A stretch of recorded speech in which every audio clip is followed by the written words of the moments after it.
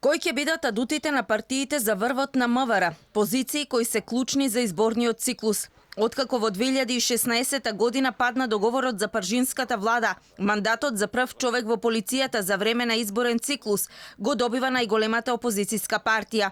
Законот налага актуелниот министер да стане заменски на новиот. Ако се потврдат информациите дека Спасовски ќе седне на столчето на Заев, тогаш СДСМ ќе треба да каже предлоги за МВР. Министерот за полиција во техничката влада, кој ќе биде кадар на ВМРО ДПМН, ќе има право да смени 15 началнички позиции во министерството.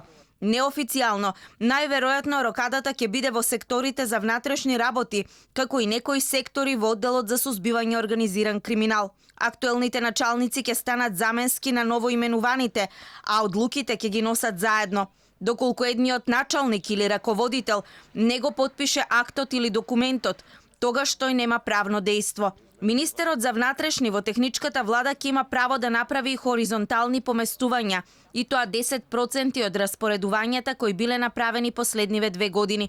Законот за техничка влада предвидува министерот да има и свој кабинет, како и негов тим.